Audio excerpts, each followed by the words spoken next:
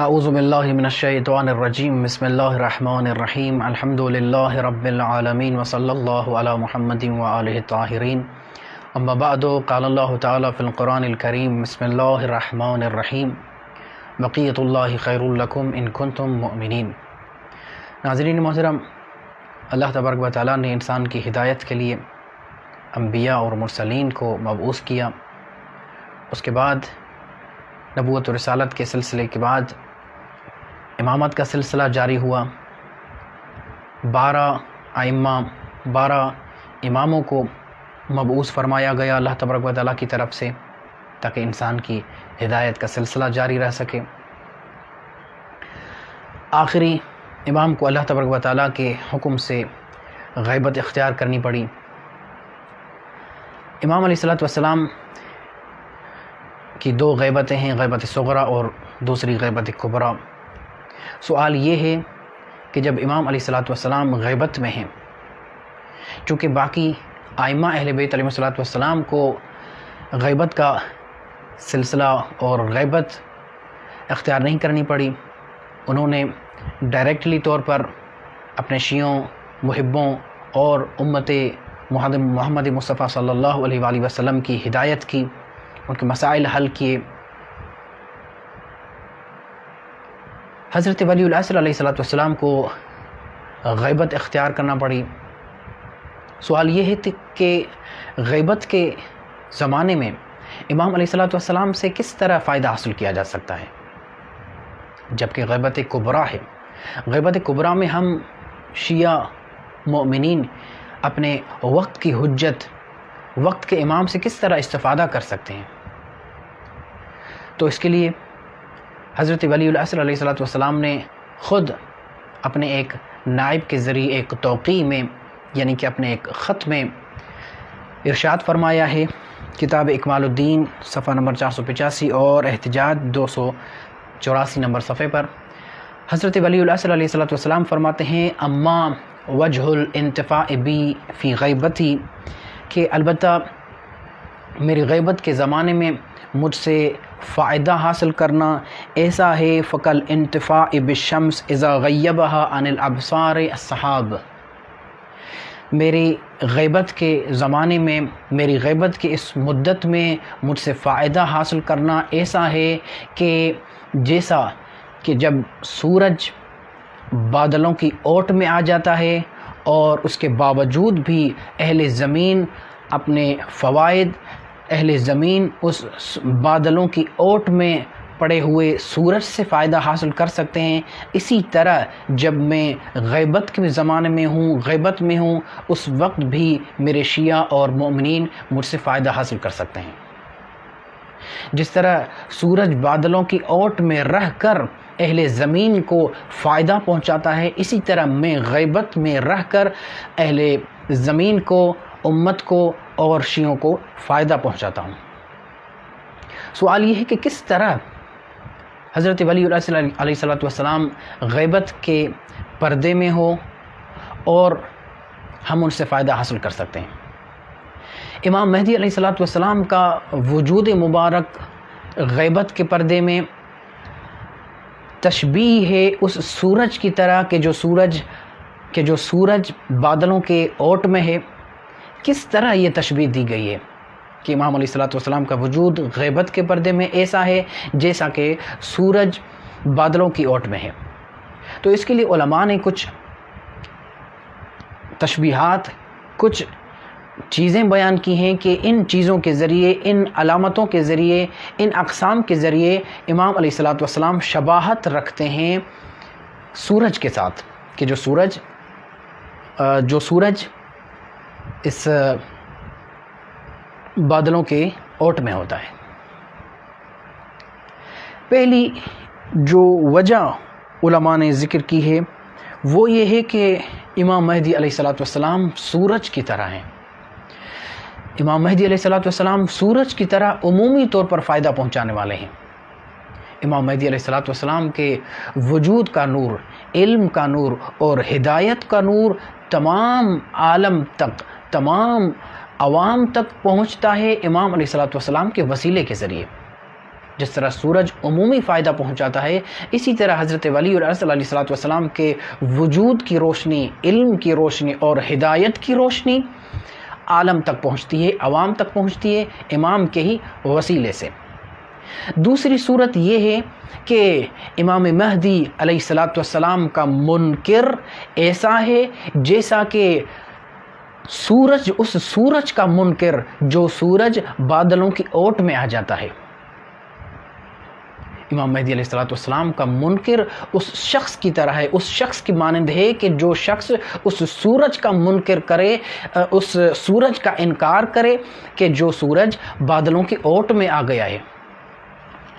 تیسری صورت کہ جب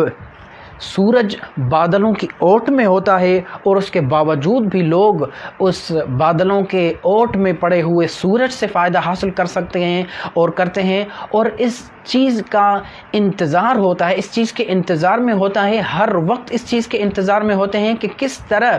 سورج سے وہ پردہ ہٹے، اس بادل کا پردہ ہٹے اور ہم اس سورج سے زیادہ فائدہ حاصل کر سکیں۔ جس طرح بادلوں میں پڑے ہوئے سورج کا فائدہ، باوجود اس کے کہ بادلوں میں چھپا ہوا سورج ہے، پھر بھی لوگ اس سے فائدہ حاصل کر سکتے ہیں اور انتظار کرتے ہیں کہ کب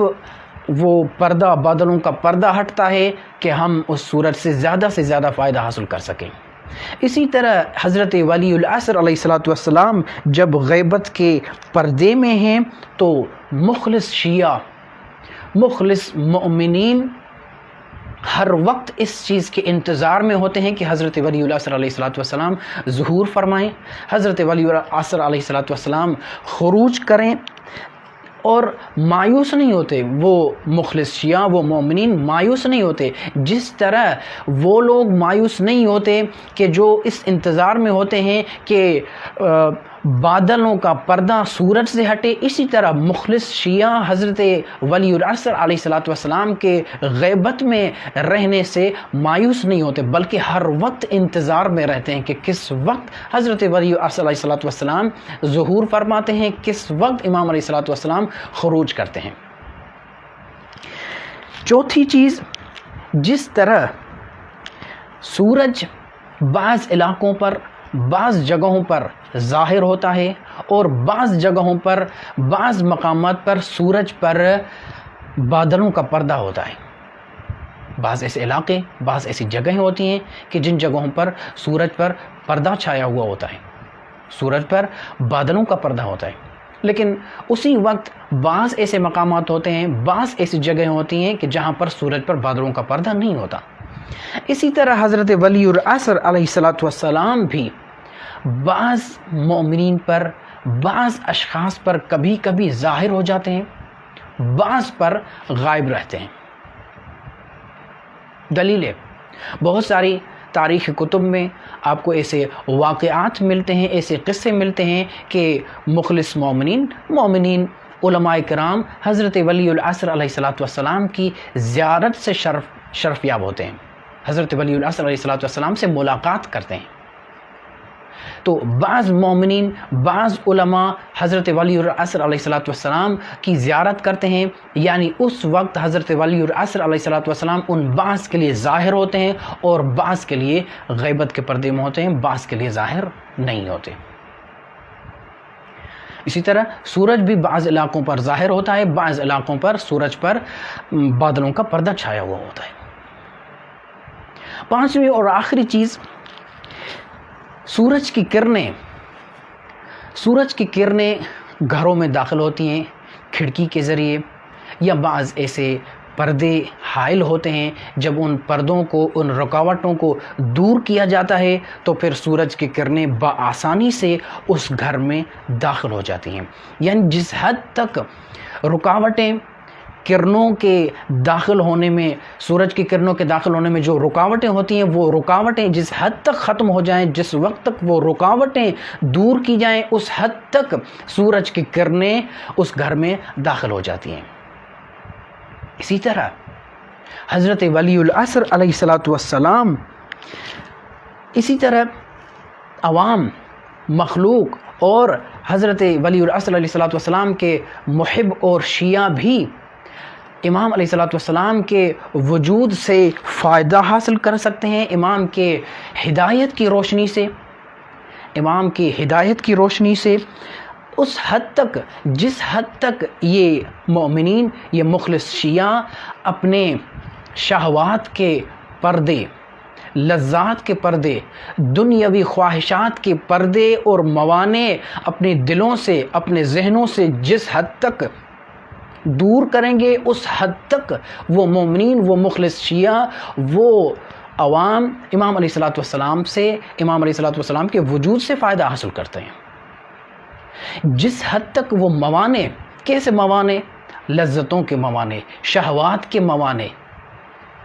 نفسانی خواہشات کے موانع، جس حد تک وہ رکاوٹیں انسان کے نفس پر، انسان کی آنکھوں پر، حواس پر، آنکھوں پر، زبان پر، ہاتھوں پر، جتنی وہ رکاوٹیں انسان کے جسم پر، انسان کے نفسانی خواہشات پر اور شہوات پر وہ جو رکاوٹیں ہوتی ہیں، وہ رکاوٹیں دور ہو جائیں، اس حد تک حضرت ولی العصر علیہ الصلوۃ والسلام سے فائدہ حاصل کیا جا سکتا ہے۔ جس وقت تک، جب تک یہ انسان اللہ تبارک و تعالیٰ کے اوامر پر عمل کرتا ہے، اللہ تبارک و تعالیٰ کے احکامات پر عمل کرتا ہے، اللہ تبارک و تعالیٰ کے ان نواہی پر جو احکام اللہ تبارک و تعالیٰ نے دیے ہیں ان کو انجام دیتا ہے، اور جن اعمال سے اللہ تبارک و تعالیٰ نے روکا ہوا ہے ان سے یہ رک جاتا ہے، وہ ساری رکاوٹیں انسان دور کر دیتا ہے، اس حد تک یہ انسان حضرت ولی العصر علیہ الصلوۃ والسلام سے فائدہ حاصل کر سکتا ہے۔ لہٰذا اگر ہم اپنی آنکھوں سے، اپنے دلوں سے، اپنی زبان سے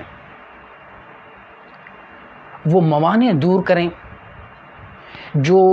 موانع، جو رکاوٹیں بنتی ہیں حضرت ولی العصر علیہ الصلوۃ والسلام کے وجود مبارک سے فائدہ حاصل کرنے سے، حضرت ولی العصر علیہ الصلوۃ والسلام سے ملاقات کی رکاوٹیں بنتی ہیں، اگر وہ ہم رکاوٹیں دور کریں، اپنے نفسانی خواہشات سے، اپنے نفسانی خواہشات کے پردے ہٹائیں، محرمات کے پردے اپنے دلوں سے، اپنے ذہنوں سے ہٹائیں، تو ہم حضرت ولی العصر علیہ الصلوۃ والسلام کے مقدس وجود سے فائدہ حاصل کر سکتے ہیں۔ اللہ تبارک و تعالیٰ کی بارگاہ میں دعا ہے، خدا